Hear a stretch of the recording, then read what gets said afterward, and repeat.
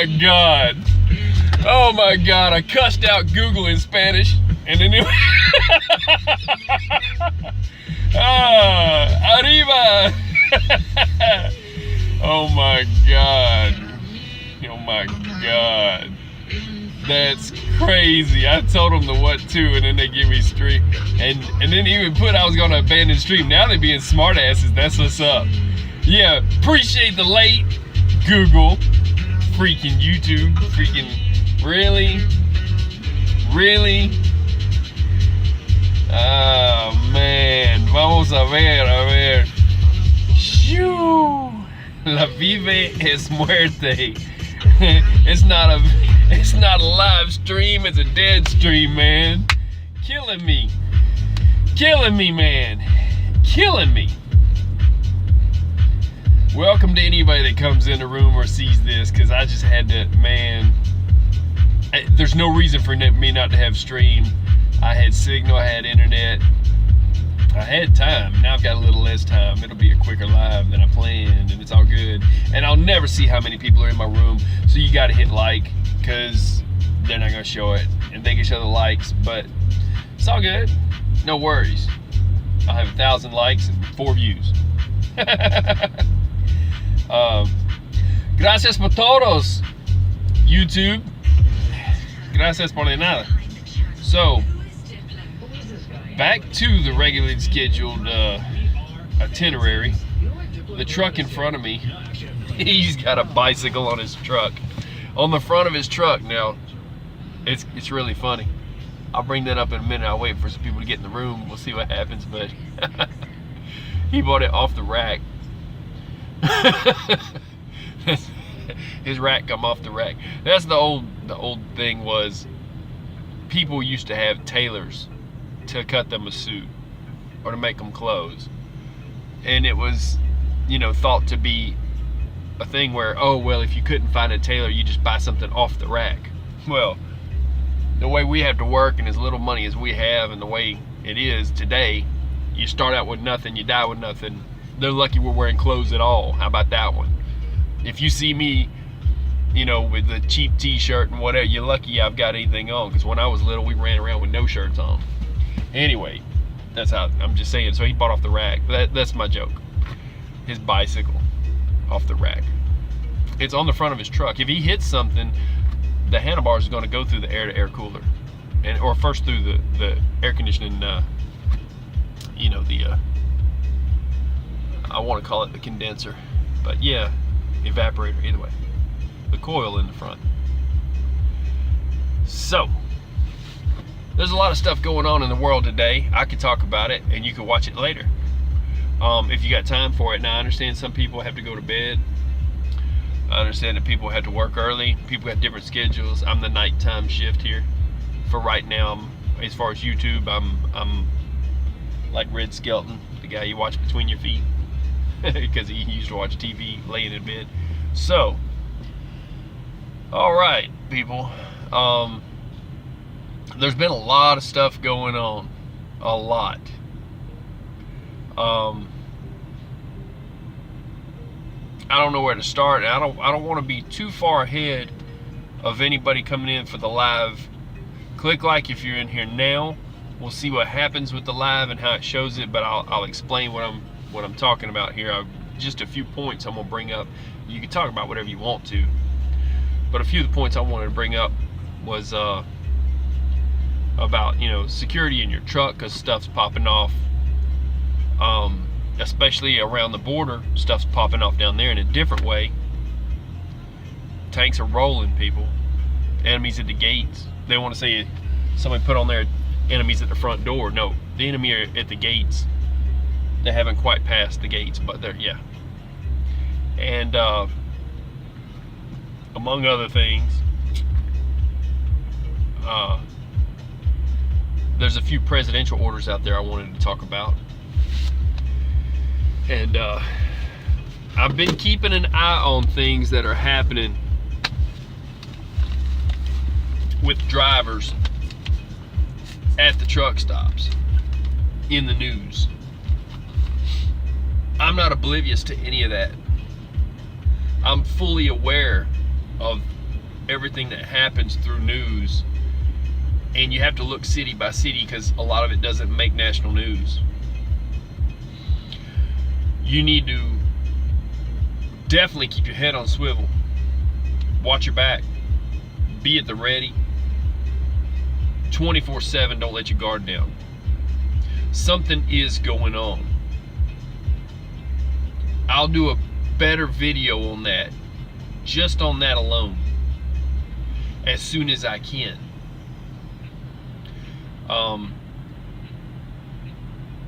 I'm going to put links to that on that video as why.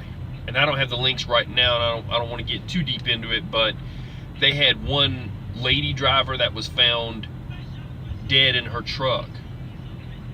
I think that they think, from what they're saying, because they're, I guess, still investigating it, that it was not due to natural causes. The woman was like 24 years old or something. I mean, yes, people die every day, okay.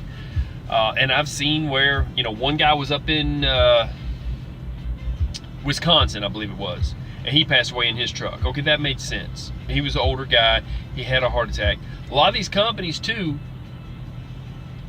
like that company down there didn't contact or try to check up on her for 3 days. It was a lot of people's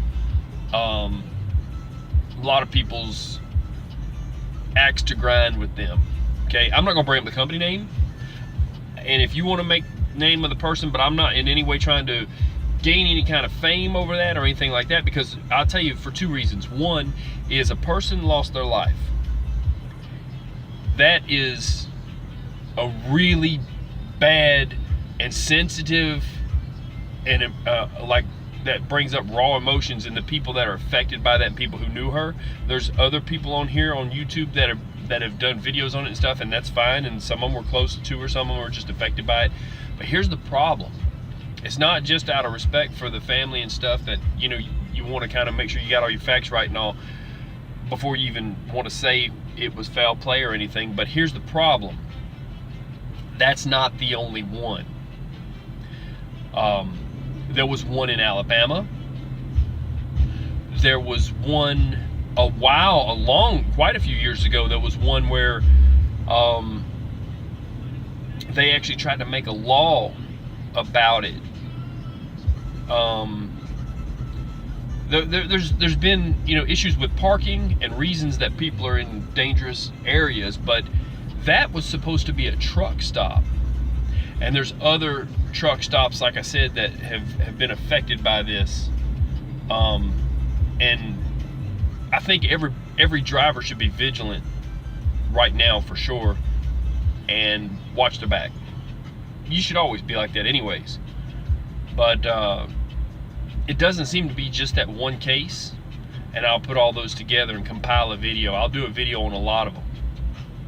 But that's the reason I did that safety, you know, video thing too, and went ahead and dropped that. I was not really set up to do it, but I just did it impromptu, and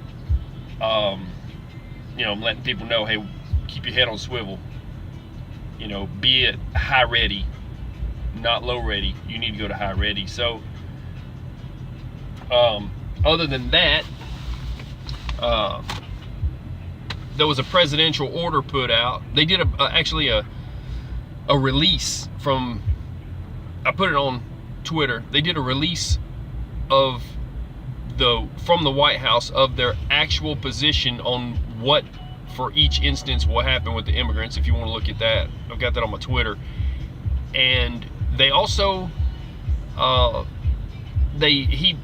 president put out a presidential order stating that anybody who gives money to help out in any way the illegal immigrants in the caravan, and he wrote it all legal, like, especially because it says in there you can instantly transfer money wirelessly.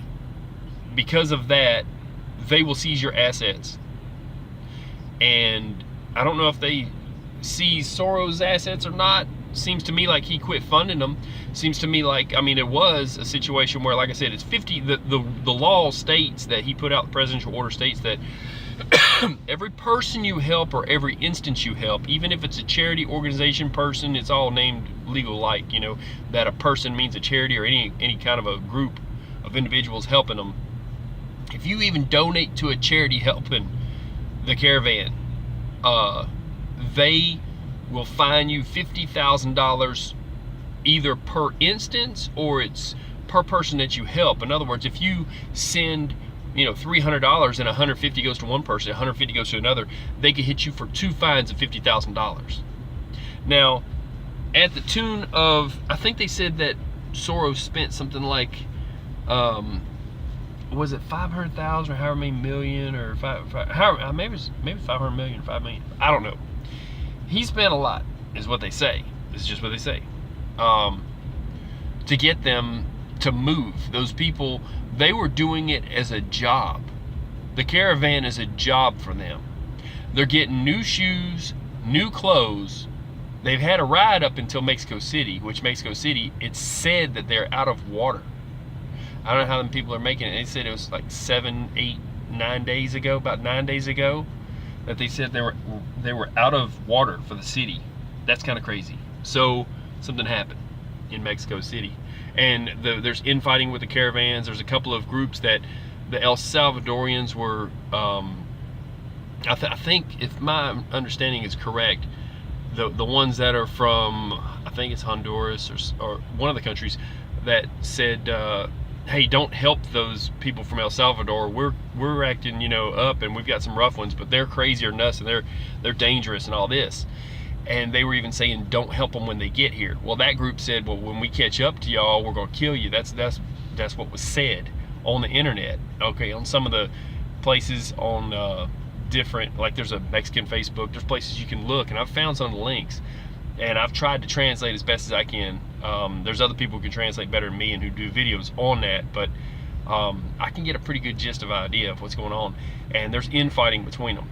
There's always been all kinds of fighting between different groups because of soccer and stuff like this, but there's something going on where they're fighting, and then they're missing 100 people in the caravan who they think were taken over by drug cartel group, which they're so mad about them taking that boy that was giving out sandwiches. They said that as soon as they get to Tijuana, that they were going to rob them of all the money that they have, and they made money along the way. But they were supposed to be something where they were using MasterCard, I believe it was, some kind of credit card, I think it was MasterCard, giving them each one with $1,000 if they made it to Mexico City.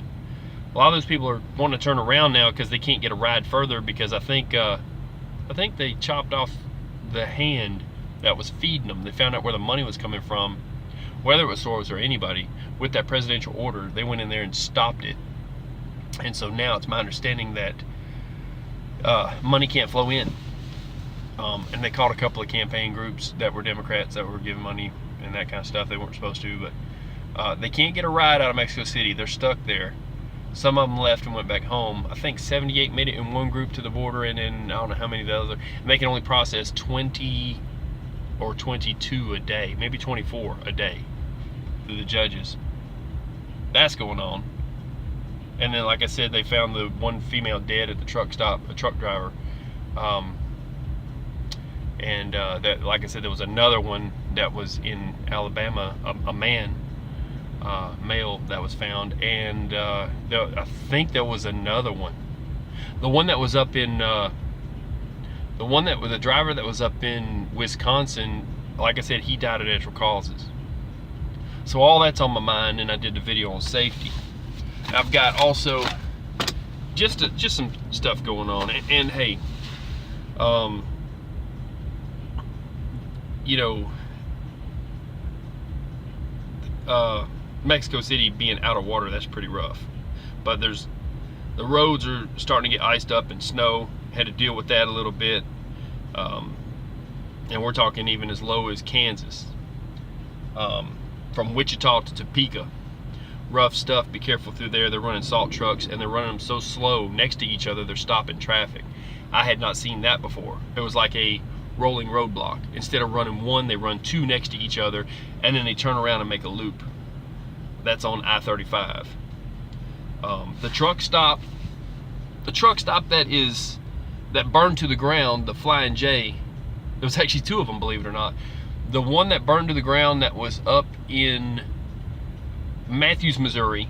One of them's in Matthews, Missouri. One of them, I can't remember the name of the other town, but they're still working on rebuilding it. I've been up there a couple of times since then for parking, and the TA or the Loves is a good place to park, and across the street from the TA there's a big open lot that you can park there. But they're still building, and they won't let you into the Flying J. The word on that, and this is crazy, is that the guy who owned it, that the fire started in the Denny's. Okay, it was a grease fire. They said it started in the Denny's.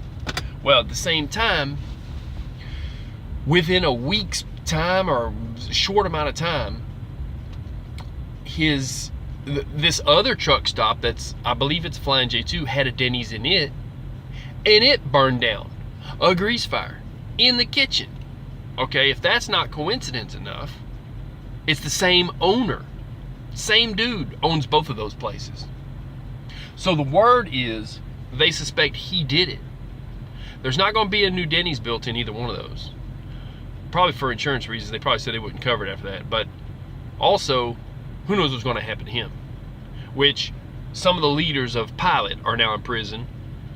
They, 5 or 7 of them, they were stealing money from drivers. When you bought fuel, you were supposed to get a discount through your company. Pilot, at the time, actually taught companies how to keep that money from the drivers, and were actually actively taking some of the percentage of it themselves. So they've been ripping off drivers.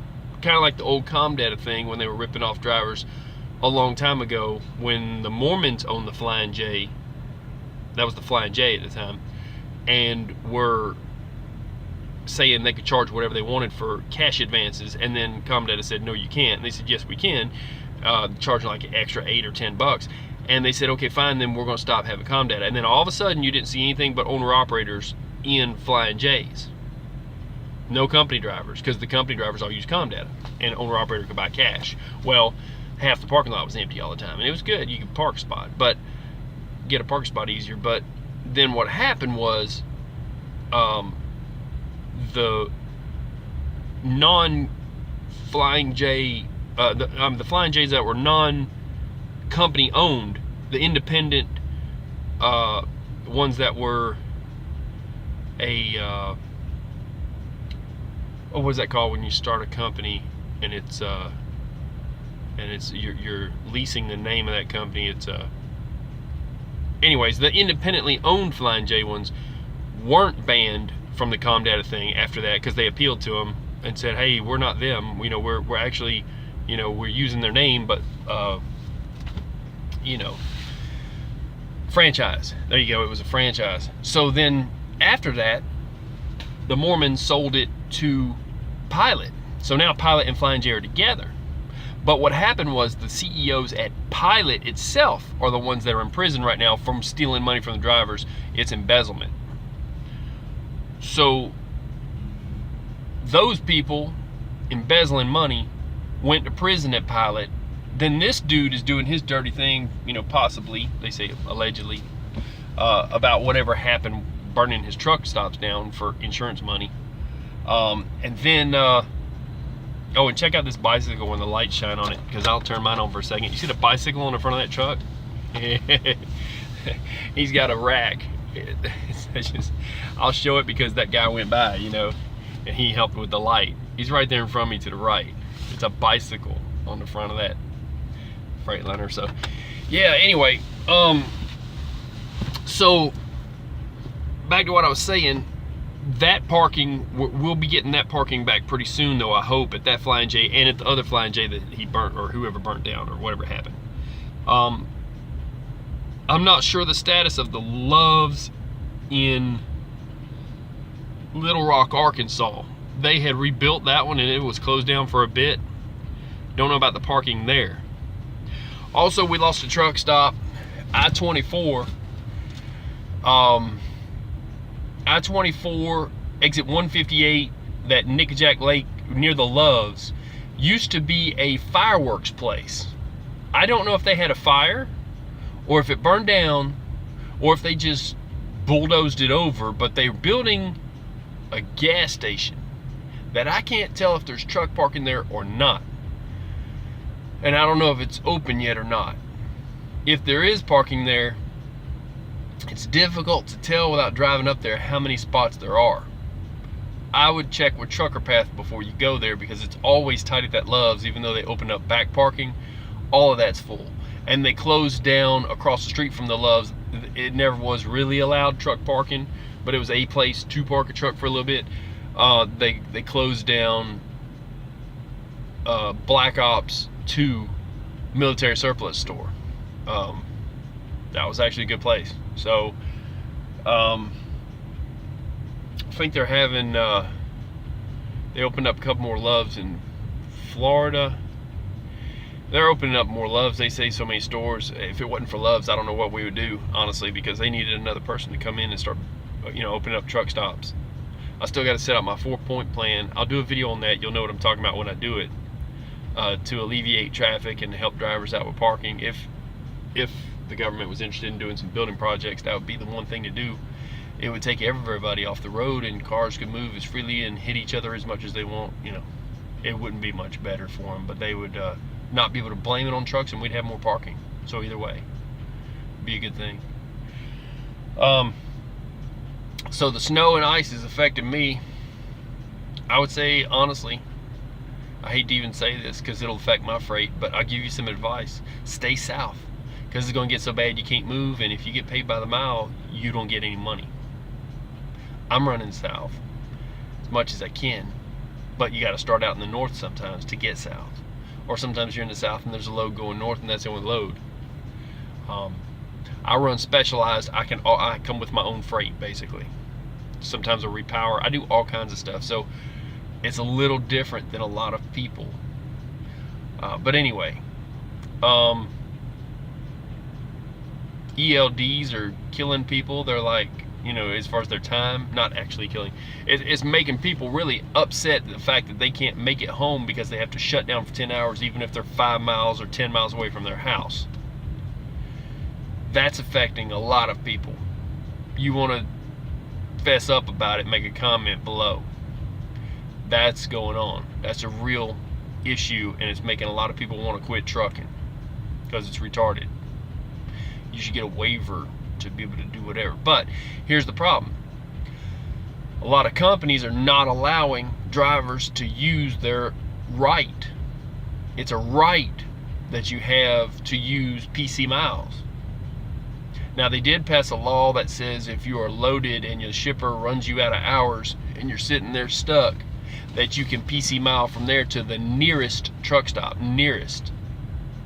Now, that doesn't mean go to one that's on the way when it's 10 miles away, when there's one the opposite direction that's 2 miles away. They can get you on that. It means the nearest truck stop, even if it's going the wrong direction. So, or safe place to park. So, having said that, that's allowed on PC mile or whatever you want to call it, but companies are trying to regulate themselves and put stricter rules on drivers and not let you have PC at all. There's some people that they key up on their computer, and their computer doesn't even show a macro, a button, a square, if you call it that, or an icon for PC miles. How is that right? It's not, because you're already under enough laws with driving a truck, with your, you can only drive so many hours, this and that it's your right to be able to drop a trailer and go to the Walmart bobtail. Now, it's only bobtail. You can't drag an empty trailer and be PC mile, but so for the guys that don't know, and then they get into a truck that has a different company that has PC miles, you cannot be hooked to a trailer. Like I said, only that emergency thing that they passed, that if you run out of hours and you're loaded at the end of your day and whatever, and you gotta get to a safe truck stop, if they won't allow you to park on the property is the rule. Some places allow you to park on the property, so you stay there. But if not, you can PC mile to the nearest place that you can park safely. But actual PC miles up to however many miles a day that your company gives you. If it's not enough to get you home, ask for more miles. You should get about 250 to 350 miles more if needed. The problem is companies think that they can take that right away from you, and that's your right. That's your right, people. Because if it's a law that says you can drive a truck 70 miles an hour in a 70 mile an hour zone, if it's not a split speed, and your company's got you turned back to 60, but you're going downhill and it gets up to 70, okay? They can try to regulate you or get you a hard time, but when they check and see it's 70 miles an hour in that area, they can't really fault you for that because you were doing the speed limit. They can do all the safety crap they want to do and give you a hard time, but the truth is, legally you could fight that because you were within your rights. Well, the same thing with PC miles. I can name off companies that don't allow it. I'm not trying to drag companies through the dirt. I'm trying to tell you, if you're a driver and you work for those companies, okay, two in particular, they're ripping you off from being able to live. If you can't drop that trailer at a terminal, PC miles somewhere, bobtail, and come back. Now, it still counts against your 14-hour clock once your clock started. But if you can't do that, or if you can't drop a trailer at your last place, PC mile to your house and a PC mile back to that point, without it affecting your clock, and you can't go to Walmart, you can't go to any Harbor Freight, any place you need tools or whatever just for yourself, you know, it cannot be to a shop, a mechanic shop. It cannot be somewhere, anything about the truck. And if you stop and fuel, that's on duty, so you got to have fuel ahead of time. That's a little trick in there too. But other than that, if you've got fuel and you're PC miling, well, they shouldn't be able to take that away from you. And if you're at a company that does not let you do that, leave that company and don't support them, because they don't support you. Because you can make the same money somewhere else. We're all in the same game. Same game here. We're doing the same thing. There's no difference. Unless you're just stuck on that, you know, automatic that you're in or whatever. And that's another thing too. You got to be careful getting on with a company that trains you to drive an automatic truck, because when you go to get your license, that company with that automatic truck will get you a license to drive an automatic, which is problematic, because then when you need a rental truck, the rental truck's going to be a stick shift. And if you went and got your license with them, there's a lot of people out there today that will tell you that they're not licensed to drive just any 18-wheeler. It's limited to automatics because that's what they learn to drive on. You won't get a CDL for driving an 18-wheeler. You'll get a CDL for driving an automatic 18-wheeler. It's something they threw in there. So I would recommend, so that you, I mean, that's so that you can't leave their company too, because they know that not every company has automatics. And then when they go job shopping, they're like, hey, you know, I've got a CDL and experience. Do you have automatics? And they're like, well, we have a couple, but what's the reason? And they say, well, because that's what my license says. And they're going like, no, we can't hire you. Why? Why won't they hire you? You're a liability at that point, because if your truck breaks down, they're going to have to pay for you to be in a hotel. They're going to have to keep you there, take care of you while your truck's being fixed or whatever, or fly you somewhere, simply because you can't even take a rental truck. And not all rental trucks are going to have automatics in them. Everybody thinks everything's automatic. There's not that many automatics out there. So you got to watch what kind of license you get if you're training. That's an issue. I would say, if you have a license like that, get it changed. Get the endorsement, take another driving test with a stick shift. It's CYA, you know, but it's more like cover your job. You can't get a job just anywhere with just an automatic license. They're going to laugh at you.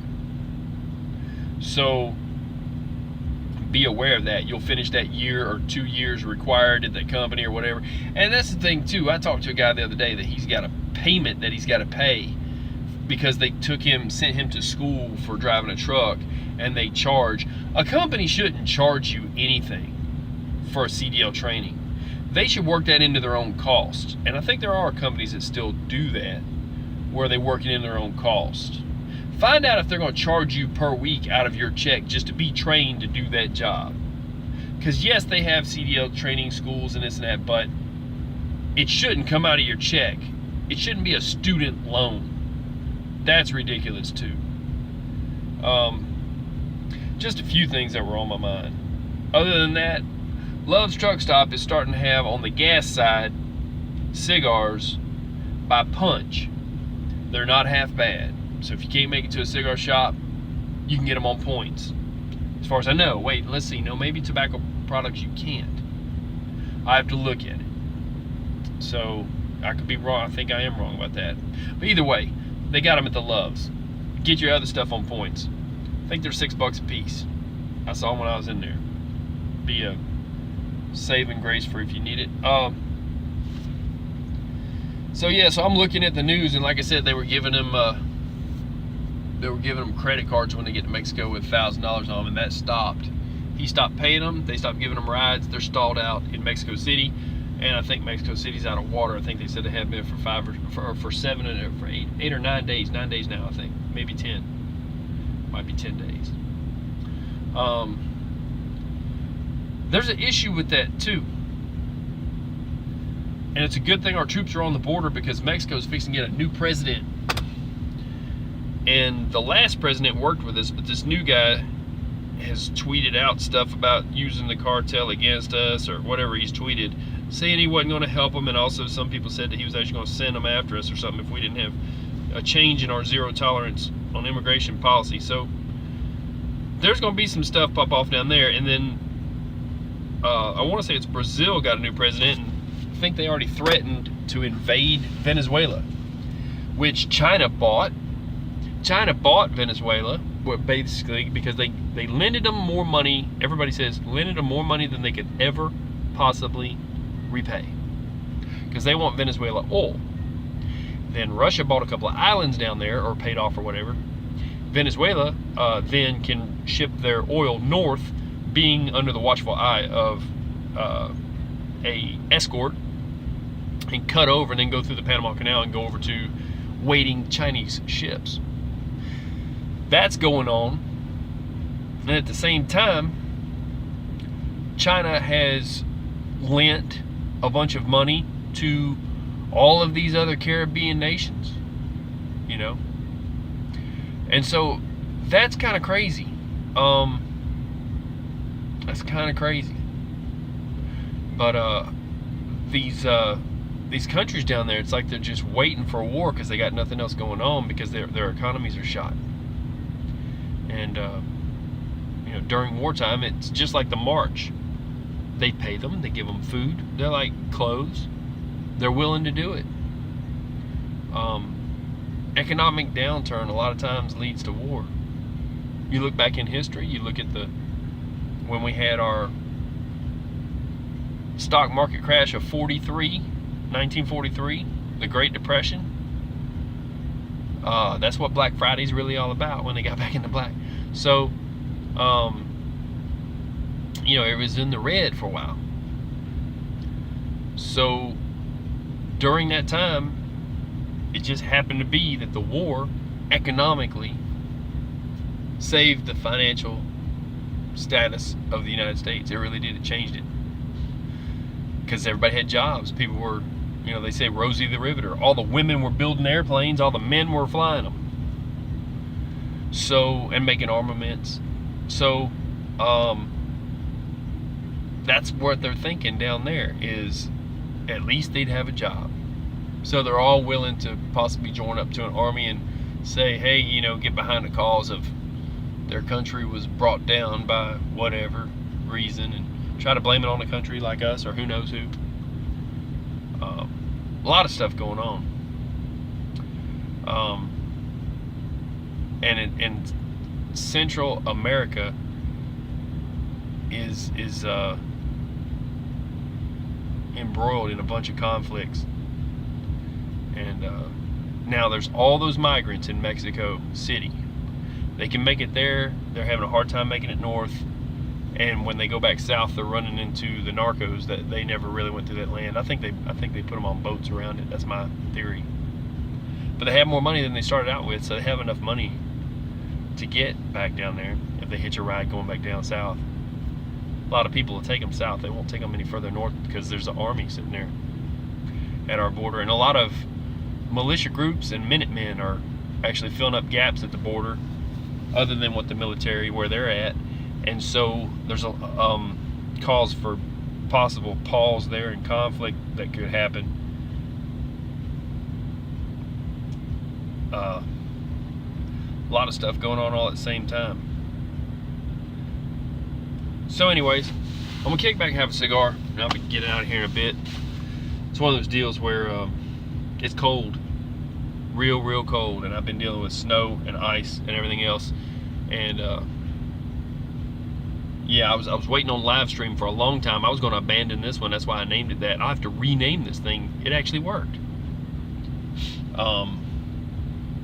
I don't know what was hold up. So if anyone wants to say anything, you can have at it, but I will look up links and I will find all of the instances where truck drivers were in their trucks and that died, and put them all together and compile them into one list. And I'll do that on a different video and talk just about that, but you can talk about whatever you want to on here, make a comment on that or other stuff, but I will be touching on that later, because it needs to be brought to the attention to a lot of drivers that you need to keep your head on swivel, be forewarned and be forearmed. It's getting kind of crazy. There's a lot of, and I'm not saying that had anything to do with illegal immigration, but there's a lot of illegal immigrants that they're even talking about possibly shutting down our southern border to Mexico, shutting it down for a couple of months at a time if need be, if all those immigrants cause trouble and if something comes up. And I believe it was General Mattis that even said plan to not travel to Mexico because you could be stuck on either side for a couple of months. So that pretty much tells me they're planning to probably shut down the border to fix this problem. And so, having said that, well, there's a lot of trips people canceled to Cancun. I mean, lots of people canceled. They go in the winter and it's warmer down there, and whatever, they canceled their trips down there to Cancun, to the beach. Cancun, Mexico is a big hot tourist spot, as long as you don't go out of there, because there's a town nearby that can be dangerous. But yeah, so they may shut down the entire border, which would shut down the North American, well, they've already got rid of the North American Free Trade Agreement, NAFTA. They got a different plan going now, but it'll shut down trucking to Laredo, which affects me, which affects other people, and so it'd be a little difficult for freight, put more people looking for other loads. They can argue trucking shortage dead when everybody ain't got no loads. That would be funny to actually show the truth about it. But here we got a flatbed. He's doing a fine job. He made it out. Good job, Camworth. So yeah, we're looking at possibly having a border shut down, and all the other stuff I've aforementioned. I'm gonna listen to some music for a minute. Make comments if you want. I'll be out of here pretty soon. And like I said, watch your back, keep your head on swivel. Because, oh, that's what I was saying. They closed down the border. There's gonna be a lot of very, very anxious people with no jobs, because it's wintertime too, trying to make money by robbing people or any other way. And here's the thing too, a long time ago, like I was saying on a different stream, I forget when it was, a friend of mine that works for a tanker company, believe it or not, said that they had women that would stand in the middle of the road and try to stop truckers way out in West Texas, and it was a thing where they were going to rob them. Somebody was waiting to rob them. Somebody did say that you know, that they've heard that before too. And then I heard that just the other day that there was a woman with a baby in her arms that tried to do that mess, and the guy swerved to miss her, and it was, I guess, somebody waiting to rob them. It's a tactic they use, but there's going to be a lot more of that. They're even actually warning against that on regular roads, and there will be a lot of people who have nothing left to lose, and they're trying to rob people, and they're warning truck drivers about taking loads to the border, period, for safety reasons, saying if you don't need to go down there, don't go. Well, kind of crazy. Some people haul stuff down there, you know. Not much you can do about it if that's the company you're with, but at the same time, you better be armed, and when you walk to the back of your truck, to check your tires, to check everything, and in between trailers, keep a tire thumper, a blade, a stun gun, a mace, whatever you need. Keep 5-10 of everything. Be ridiculously over redundant in your security, and then you'll be all right. Yeah, you talking?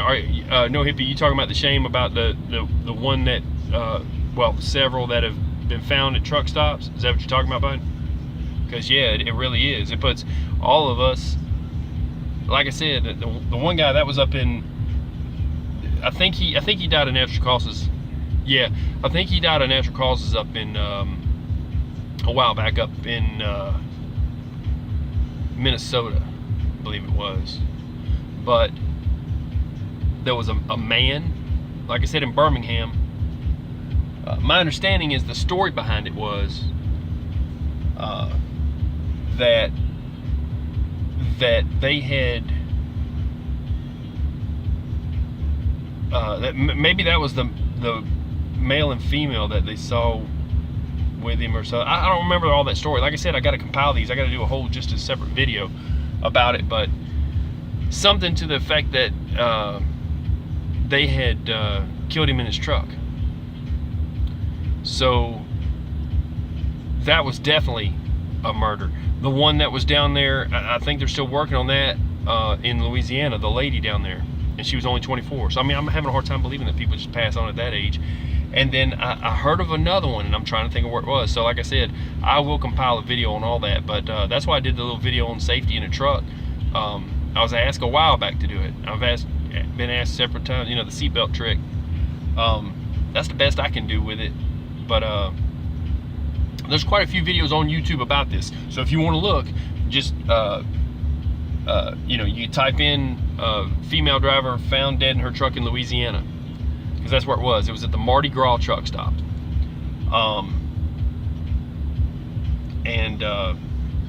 So there's people that have done videos on it and all that. But it's a wide spread kind of a thing that it seems to be, that it's happened in different places. I don't know if it's something that, I mean, it's confusing to me.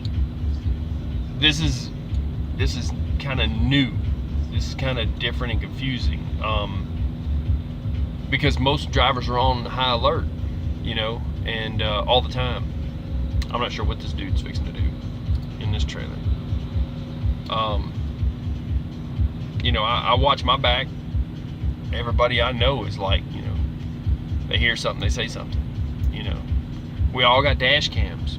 I'm trying to figure out, and I would implore anyone who was in that area to check their dash cam footage. They said it was on September 8th or 9th or 10th. Let's see here. I gotta see your comment, dude. It just went away. What happened? Let's see. Getting into trucking in April or June. Oh, if you're getting into trucking, hey, look, no hippie, look. I just did a video on the seat belt. Watch that. Watch the thing where I show about valve locks. Get you a set of valve locks. That's for safety anyhow. And also, I would recommend you watch, out of all of my what I call fluff or fodder, useless, me just hanging out and talking. No, it's useful stuff. Out of all of that, watch the number on the video on VIN numbers, because I put that on the, you know, a link to those two videos about the valve locks and VIN numbers on that other one. But definitely watch my fix it vids and trucking tips playlists. Bury yourself in those. That's just me teaching. And then there's a new thing about Kenworths. Stay away from Kenworths is all I can say for a while. The 2016, I want to say through 2019, yeah, 2016 through 2019 Kenworths have a problem where they're putting plastic fittings into metal pieces on a truck, running hot water through them, and they're failing. It's really stupid. Who would do that? I don't know. So I would say replace them with brass. That's my number right there. I would say put anti-seize on the threads and replace them with brass. If you have to have a machine shop cut that thread or find that thread for you, buy like a replacement one from Kenworth. Take it down to a machine shop and say, can you make this fitting out of brass? They may be able to turn you. Say, I need 4, because it's going to be at least 4. Maybe there's 6 of them. And that way, when you do replace them, put anti-seize so it doesn't weld itself to a dissimilar metal when it corrodes or get old. But you know, brass, something that stands up to heat better than plastic. They're retarded. These engineers, like I said, it's like just like a bathroom. Man, don't get me started. You go in there, you wipe your hands on a roll paper towel, right? It's a machine in there now, and it takes batteries. If the batteries are dead, you get no paper towel. Okay? If the machine is jammed up, you get no paper towel. If it's out, the guy don't have a key for it, or he don't have them kind of paper. What do? They put a roll paper towel and set it up on the table. It's gonna fall over when you. Why can't they just put a stick in the bathroom like it used to be and put the roll paper towel on the stick? It was working before, it'll work again. Get rid of all this stupid stuff. People go to college, they get a diploma from college, they're like engineers all of a sudden, right? And then they come out and they engineer us into problems. So that Kenworth is a shop bomb. It's a ticking shop bomb, and the engineers are screwing the world up. Also, they can get their name on a plaque. Hey, they engineered a battery-powered paper roll. Put a stick on the wall, put the paper on the stick, and it's even better than just putting this paper up there when it breaks like you're doing now. You know, really, people, I'm like, this is so retarded. But there's a lot of money wrapped up in there now. So, since there's all these companies that make the roll paper towels and companies that make the batteries and whatever, it's stupid. It's really retarded. So, the engineers need to sit down for a minute and take a break and let the world catch up. They need to quit trying to re-engineer an 18-wheeler. It's been doing it for a long time. Now they're adding 6 computers to Volvos and one of them's probably gonna fail, or they're adding the water outlets to Kenworths and they break. It's always a defect that's never a recall, but breaks you down on the side of the road and costs you money and is never rectified, never admitted to, but it comes out of your maintenance account or money that you have set aside, or your check. If you think a company's going to pay you more money and they're having to deal with that, they're not. So either way, it affects every driver, even company drivers. It affects your check. So the engineers are screwing with trucks, making things on them that, oh yeah, bring in the steering shaft on the Volvo broke. You have no steering and you almost died. Hey, but bring it in here and we'll fix it for free. That's the kind of crap. And the ABS valves on those also, on the Volvos. And that was a year back. Oh yeah, they went through and fixed all of them. Why'd they do it in the first place? How come a push button on a Ford car goes out and then you can't start the car at all because it's wired into the key switch? You know, but it's not a recall, right? Just like the old Chevy Cobalts, I believe it was, that had a key switch problem and a lot of people died because the key switch went to accessory too easy because the indent button in there, the indent plunger, needed to be changed, and then they reinvented a new one, but they didn't admit to it until people had already died, and they didn't do a recall to change out the old ones, and other people died. That was in Canada mostly, but also in the United States. So the indent plunger in the key switch, look that up, Chevy Cobalt. You know, look up the Chevy Corvair. That guy's the one that got all those you know, all the you know, just recalls and safety mind and crash tests started. I forget his name. Well, anyway, there's so many issues with cars. They want to say that a gas pedal got stuck, or that it was a floor mat when it's a gas pedal getting stuck on a Honda or whatever. I can throw out every name out there. All of them have what should be recalls. A lot of them have things that, oh well, it doesn't really endanger you, but it should be a recall. They got cars that have, you know, keypads that you touch in a number to get into your car instead. It's keyless entry, but it's a keypad. The older, I don't know, it's a Lincoln Town Car. Anyways, the battery dies, you can't get in your car, period. You know, stupidity at its finest. And so they're messing with big trucks and all those fittings on the hoses are jacked up. That's the Kenworths, just the Kenworths, and just the newer ones. I want to say it's 2016 through 2018. Maybe they changed it in 2019. We will find out. But a guy had a 2018. I had to repower his load. I did that video on that. He needed help. He was messed up. Couldn't move. Had to have a tow truck. Lost all of his antifreeze out that quick, just that fast. So yeah, so they're engineering problems into our trucks. You would think it's a tractor. Well, the top of the cab of the Freightliners are leaking from the seam. You'd think it's your windshield, but it's not. So you pay for windshields, you pay for this, and then it's that. Messes up, you know, switches and cab controllers and all kinds of mess. They got problems with the DEF, DPF filters. Man, like I said, they're engineering us into oblivion. But I'm gonna get off this thing. This is just gonna be I'm gonna finish this up and I'm gonna get going. Kind of got to work for a living, but I wanted to bring those points up and y'all stay safe. You know, be aware of what's around you. Yeah, hey, you too, brother. I appreciate you coming in. And, you know, I'm trying to teach everything I can, everything I know about trucking, and download my brain to the internet. So you got the right channel, No Hippie. You don't have to catch up with my lives unless you just want to know local news and stuff. And there's, like I said, about the guy that burned down his own 2 truck stops, or they allegedly for insurance money. We're going to get parking back eventually.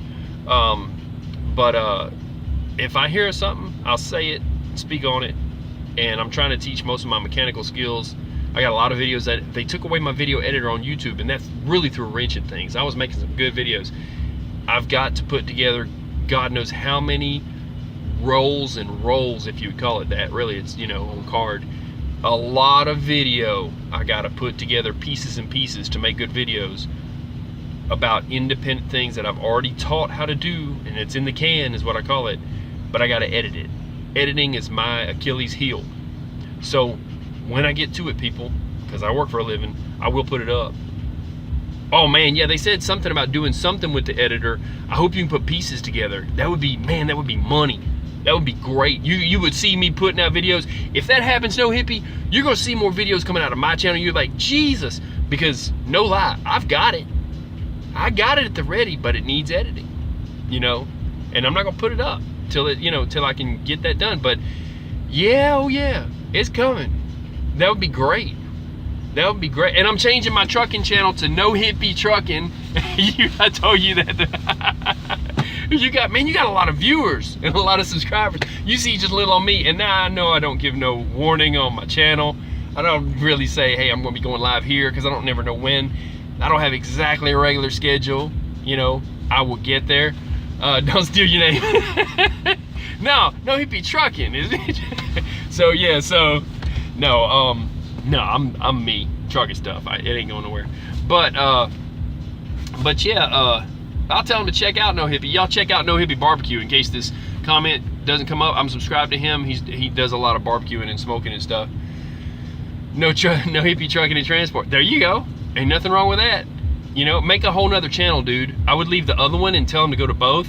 Make a whole nother channel for the trucking part and name it that. That way you don't have to change the name of the other one.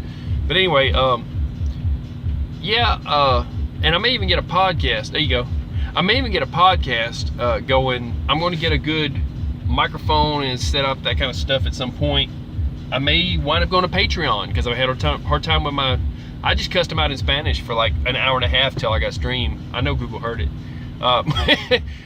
It's one of them deals, or YouTube, whoever.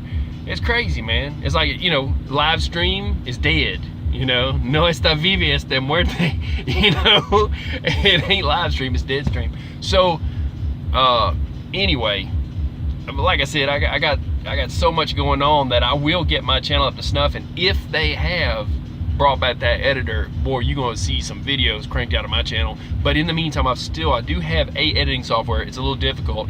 I have to actually physically put, you know, the video in little pieces on that thing. It's harder.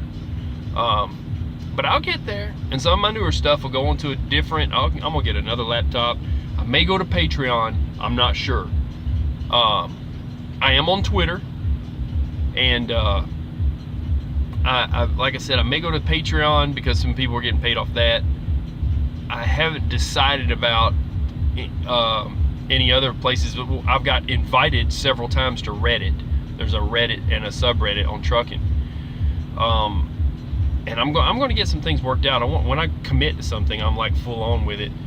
I'm committed to YouTube. I was trying to just stick with YouTube, but because of the trouble they've given me with getting live streams, I may just go to Patreon, and Patreon pays, but I don't know the rules on being there and also being at YouTube, whether YouTube would make it so I can't monetize something or something. I gotta maybe talk to another YouTuber. If there's another YouTuber that's watching this, hey, tell me, can you make money on Patreon at the same time as you make it on YouTube? I don't know these things, you know. But at some point, like I said, there's some other things that I've got coming. There's things coming down the pike, and I'll be putting out news for sure about trucking. Any kind of news about, you know, our country or trucking, because we're in this country. Any kind of gadgets that I come up with, because I've got a few. Let's see.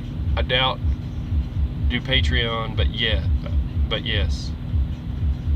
Okay, you're gonna have to clarify that. I doubt do Patreon, but yes.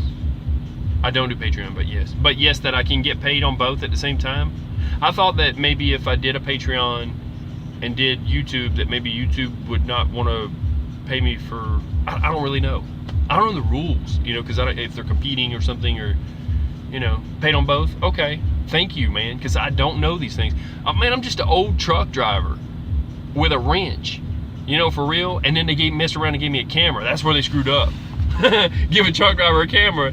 You go, you know, people that do. Yeah. Hey, listen too, I'm going to tell you something. I'll tell you a little secret. I got this friend of mine, Dirty White Boy. That's his handle. He's he's banned in, I want to say, is it, man, where did he tell me? Pennsylvania. He had the problem with the DOT in Ohio. Then he had a problem where he backed up over a Virginia state trooper car and crushed it. And that's the one, or maybe it was Virginia or Pennsylvania, that they told him that they asked him, you know, first what happened, because state trooper come up, and he says, well, I got conflicting stories, but I'm gonna take your report or whatever. And he says, because the trooper was backing him up. Trooper was saying, come on back, and he backed him over his own trooper car. Crushed it. When he tires blew, that's when he realized it had happened, because he heard the boom, you know. And then the guy's like, oh man, right? So Dirty White Boy, he was with a company at the time. The company said, you know, I got this thing, says that you owe them something like, how many thousands of dollars did they say, man? Like 9,000 or something for that car, whatever it was. And he says, do you have that money? He says, no. He says, well, that's all I needed to know. I'm gonna send him back a letter. He says, but they did facsimile this. I didn't want to show you, but I'll go ahead and show you. They sent him a photocopy that said, on one page it says, do not come back to the state of whatever, their state, right? They didn't uninvite him. They said he's not wanted, he's unwanted. So he's unwanted in his state, but then they faxed him a copy, a photocopy, because he wouldn't pay it. After the guy told him, no, we can't pay it. Get the money any way you can, is what he said. The owner of the company said that. They faxed him a copy of that, and it's another copy of a photocopy of a set of handcuffs.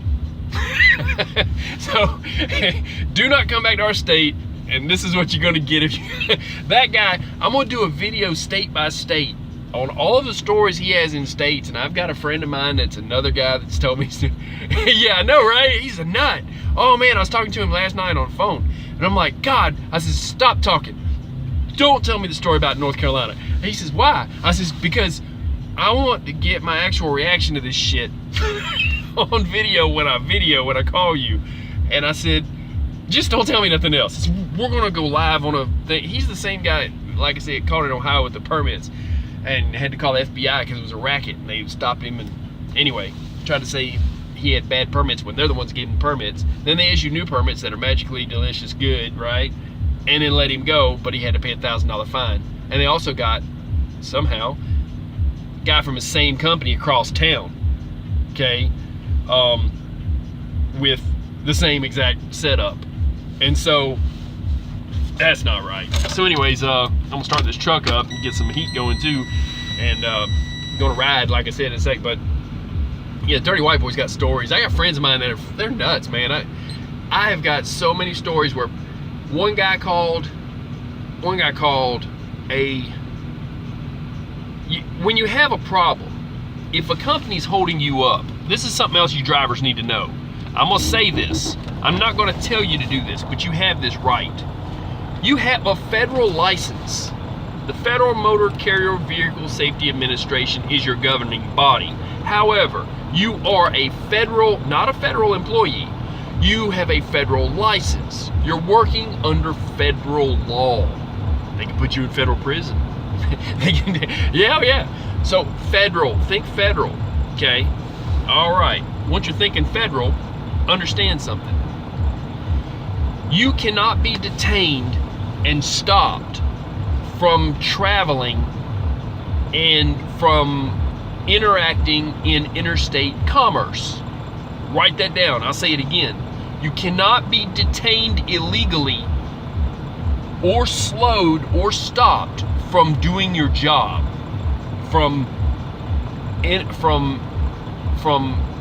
carrying, or the wording is something like acting in the manner of transporting interstate commerce. Okay, if you have an issue with somebody, even if it's a police officer, I don't recommend that you argue with a cop on the side of the road. I'll put a video up, I'll put a link on this woman who thought she was some kind of something and argued with a cop on the side of the road. That's just rude.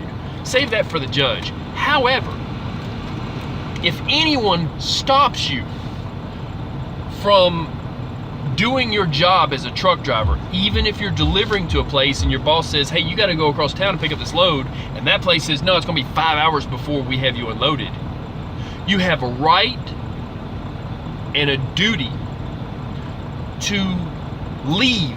If they block you in and say you gotta leave, you can't leave. This one company did that to a guy up in New Jersey. Let me tell you what he did, and this is what you have the right to do. You call 911 and you request, not a sheriff, okay, but you can request a federal marshal and a state trooper. And between the two of them, they will work it out, brother. You have a federal license and someone is detaining you against your will. That comes under federal law. Really, all you want is the federal marshal there, okay? You call and request a federal marshal to come up there and help you out. Listen to me, brother. They're gonna tell you laws that you don't even know about, okay? You are regulated, but also covered by federal law. You are a federal asset to this country, and you are engaged in the transportation of interstate commerce. Anybody that stops that, even if it's some place that says, well, you can't leave, even if it's gonna be 4 or 5 hours or whatever, you can leave. And if they don't let you, you call a federal marshal.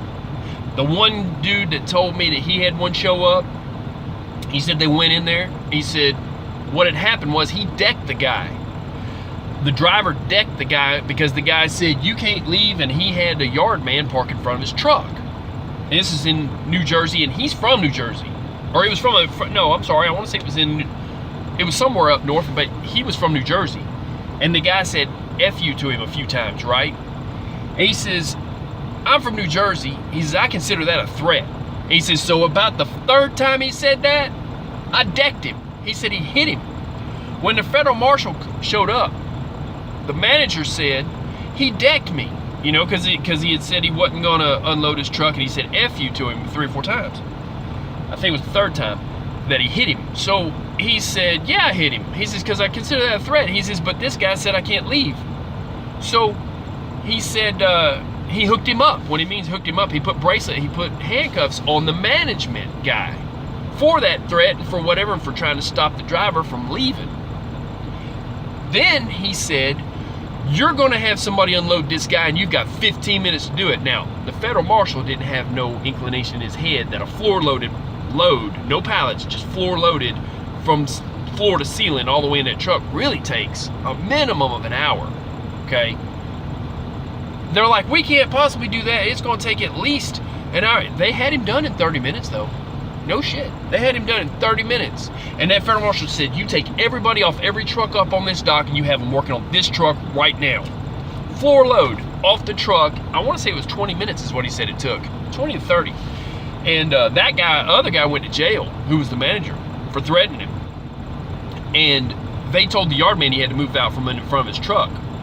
And the federal marshal said, if you can't get him out of here in 15 minutes, he's leaving anyways. He has the right to leave.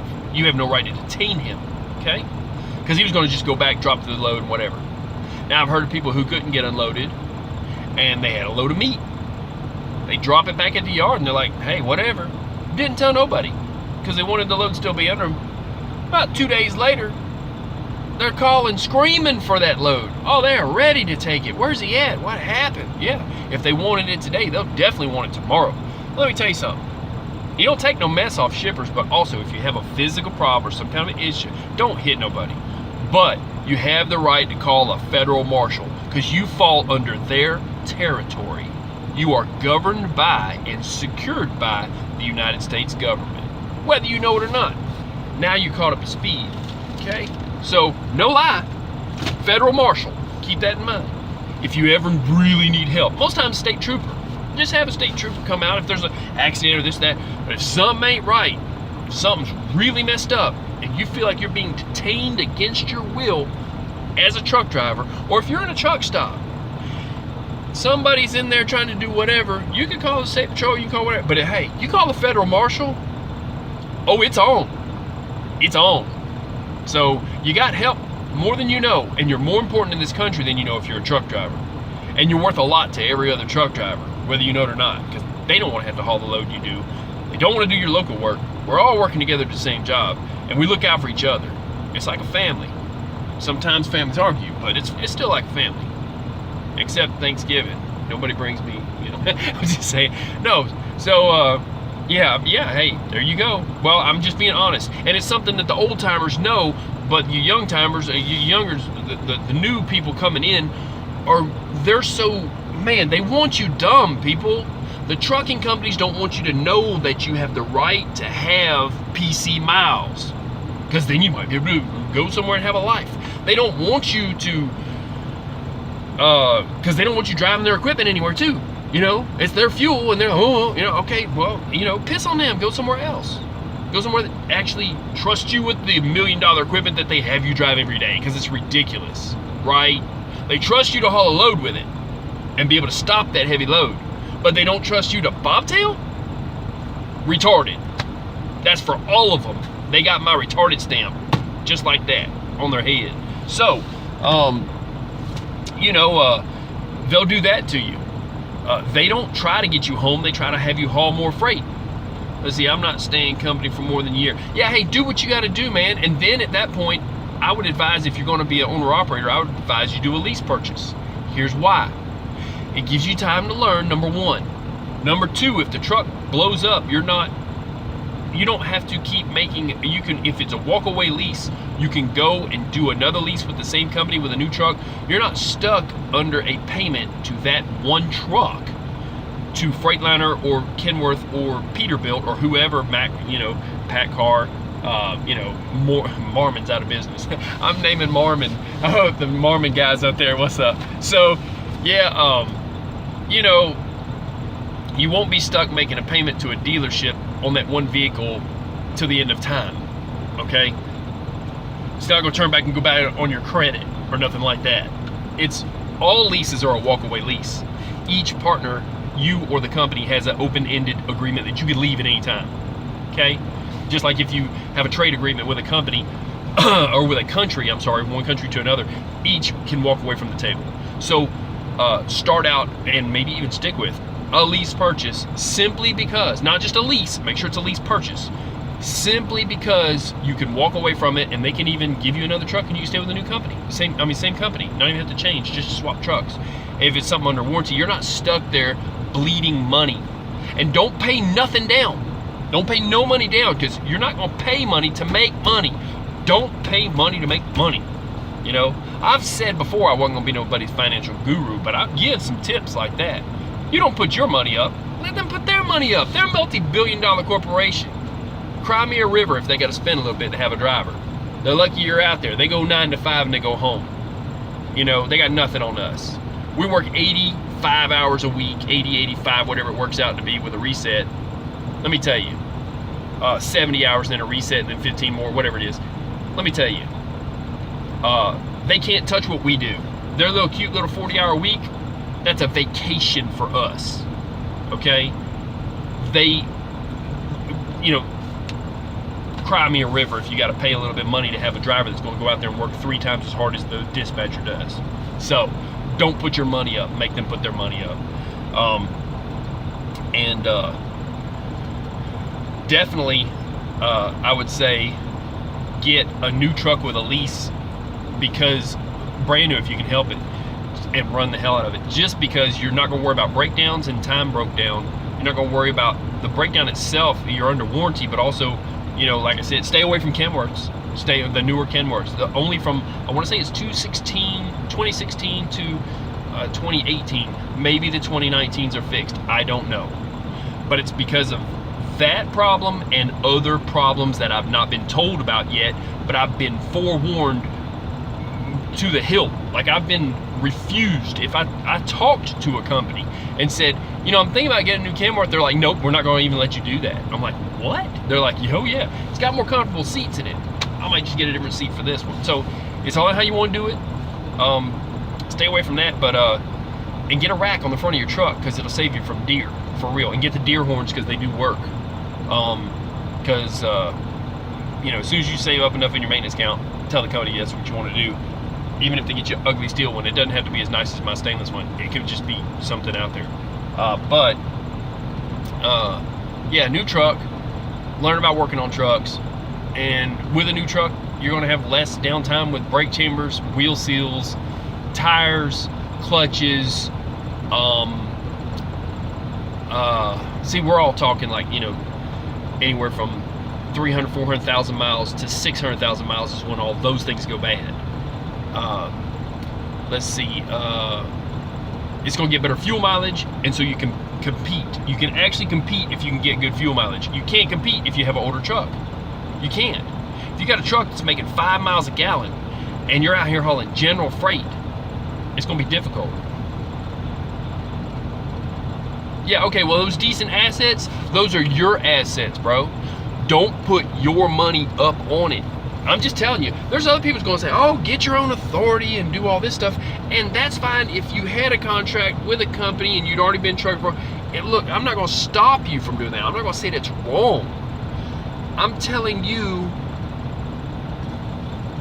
that if you want a safe bet, once you go to making a bet, like you're going to go from company to making a bet.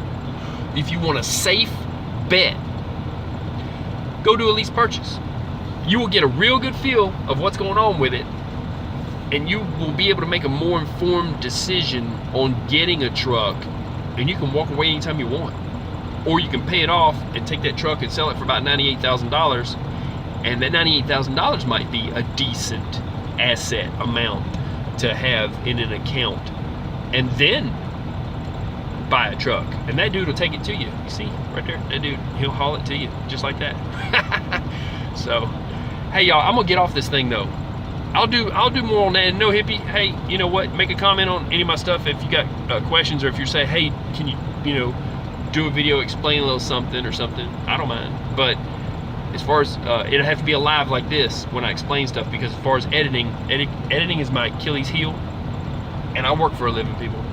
And I'm sitting here idling now, so I gotta get going. What we got here?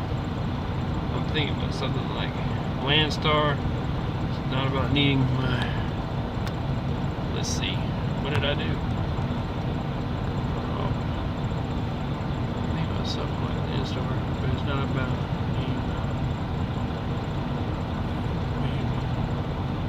needing. Okay. I was with Landstar. I can give you a heads up on Landstar.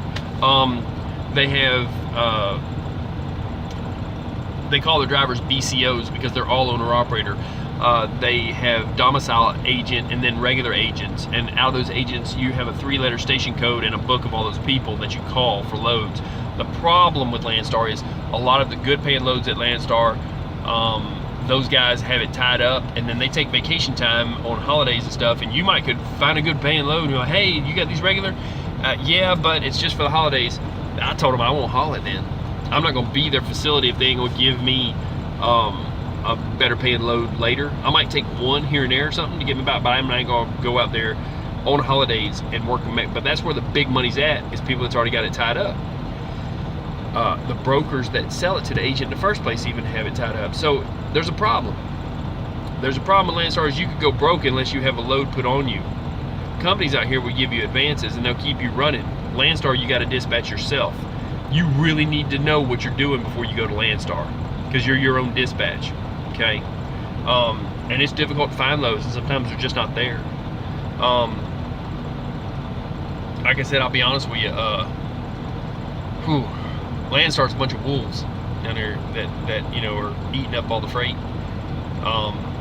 And you have to have a truck that you're making payments on, and that's that one truck and it breaks down, you're stuck.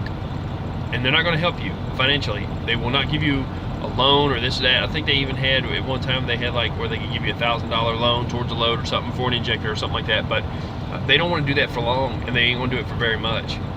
If you have an engine blow up, well, ask me. I know. I had to change companies. So, yeah, well, if you have no debt, let me tell you about debt with trucking. I'll give you some good advice how you can be a millionaire in trucking. This is how you get to be a millionaire in trucking. You ready? Okay. You start out with $2 million. When you're done, you'll have $1 million left. Yeah, you know, like I said, do a lease purchase. You'll still have no debt. You know, there's no reason for you to do anything different. They'll dispatch you. They'll even dispatch you to where you want to be home or whatever. Let them do that work. Get the highest rate you can and get the newest truck you can. Do a lease purchase. I would not recommend getting any kind of a used truck. Starting out, I'd get a new truck, brand new, simply because you don't have the tools to fix it yet or the know-how to fix it yet. And that's not in any way any kind of disparaging, you know, thing to anybody starting out. I'm telling you, there's stuff that I can't even fix on some of these newer ones that I hate it for that. And when I pay it off, I'm gonna sell it and buy another new one. That's what's up, you know. And this is about truck number 8 or 10 for me. You're talking to a guy that knows, you know. So, and I turn a wrench. No, you will be. Watch my videos. You got 2 hands. I've seen you cook, bro.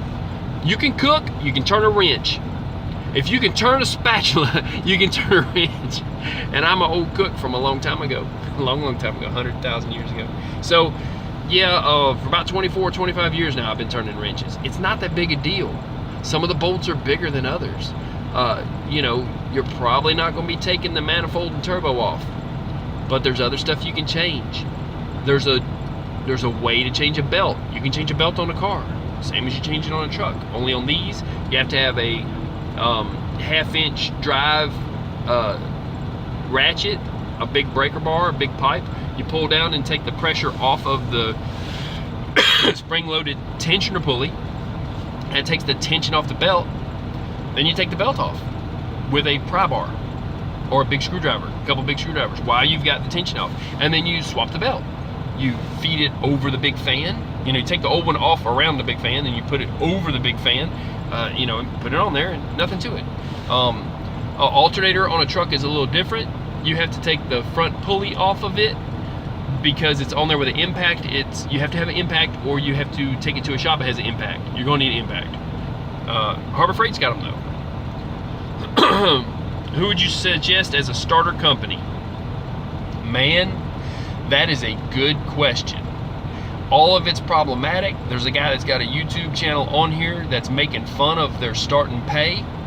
You better not take nothing less than something like 35 or 45 or whatever cents a mile. In Denver, okay, I don't know, honestly, because I run Denver before, and I got friends out there. And see, I'm Cherokee. I'm Native American. I'm Cherokee, but I made friends with the Pueblo out there are cool, right?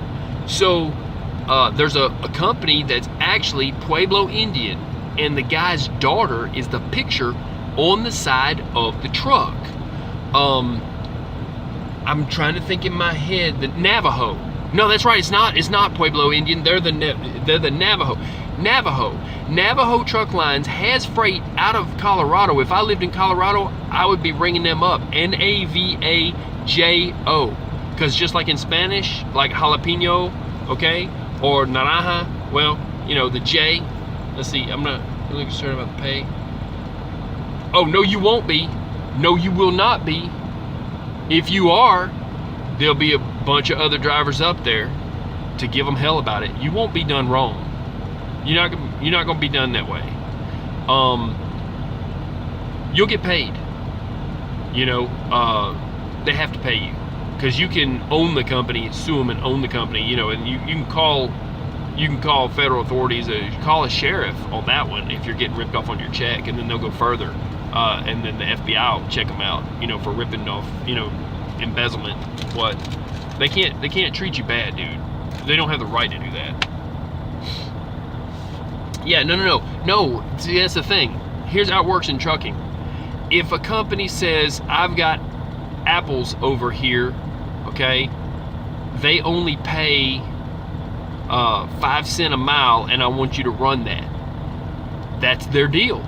If another company says, we're hauling car parts, but it's just in time, or for whatever the reason, you know, even if it's, you know, just whenever you get it there.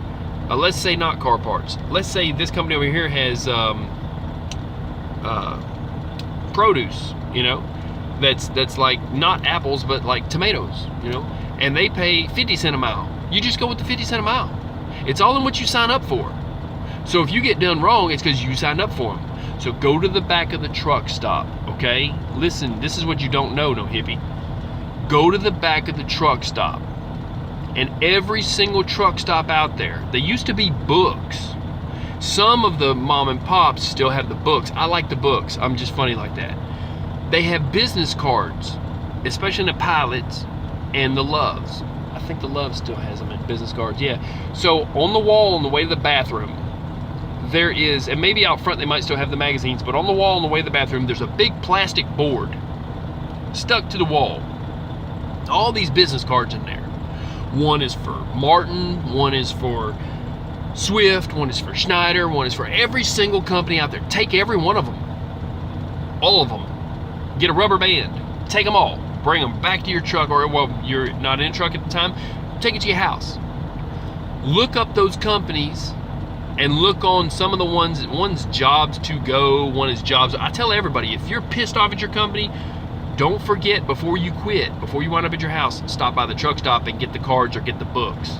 It has every company out there, and it says on there how much they pay a mile, or you can call them and say, how much do you pay a mile?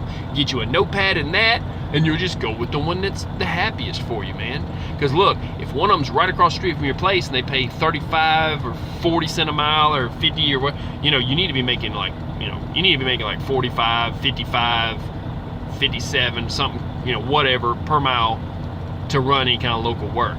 I can't say what you should be started out at. Some of these companies thinking they can pay 30 cents a mile. That's like 1980 prices. If you hear 30 or 32 cents a mile, man, just walk and call the other company that pays more. So let's say they start you out at 45 cents a mile or 42 cents a mile. That's not too bad at all. 44 even. But then another company offers you 57.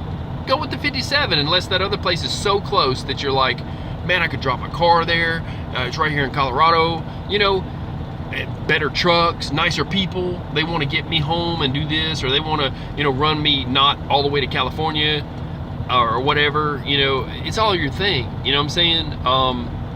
Or where you want to run. So let's see. I need $8 a mile, or I don't even get up from bed. Yeah, I'm with you on the $8 a mile. You make more than me. What can I say about that? No, but it's like, you know, I'm talking to him about a company job starting out. You know what I'm saying? Before he does a lease purchase or buys a truck or whatever he gets, you know, decides to do. I would say there's a company called Lone Mountain Leasing that I have nothing good to say about because I've heard only bad things about buying their trucks. I would also say that you want to be careful about what's called select trucks from Freightliner, because they sell a bunch of company trucks to them. They may or may not be maintained the way they say they are. They may have fudged some of the maintenance reports on them, and I just don't trust it. That's why I'm saying just get one that you ain't got no questions about. Get a new one, you know. I'll tell you this though, if you so decide to buy a used truck, this is the trick, and this is what you're going to want to do. Go to a used truck place. One side of the road will have one used truck place. Across the street will be another company that's a used truck place. Okay, A and B, you got a choice. The one on the left side of the road has a truck that has a price tag on it for $10,000. I know it's going to be about, you know, let's just say 40,000 or 30,000. Say 30,000. You know, maybe it's 17, 18, 20. Let's just go with 20. $20,000. Left side of the road says $20,000 on a tractor, on a 2012, you know, Freightliner. Okay, across the street is the exact same truck. 2012 Freightliner, same year, exact same miles on it. Both of them at 700,000 miles. That one says $20,000. The one on the left side of the road has never been rebuilt.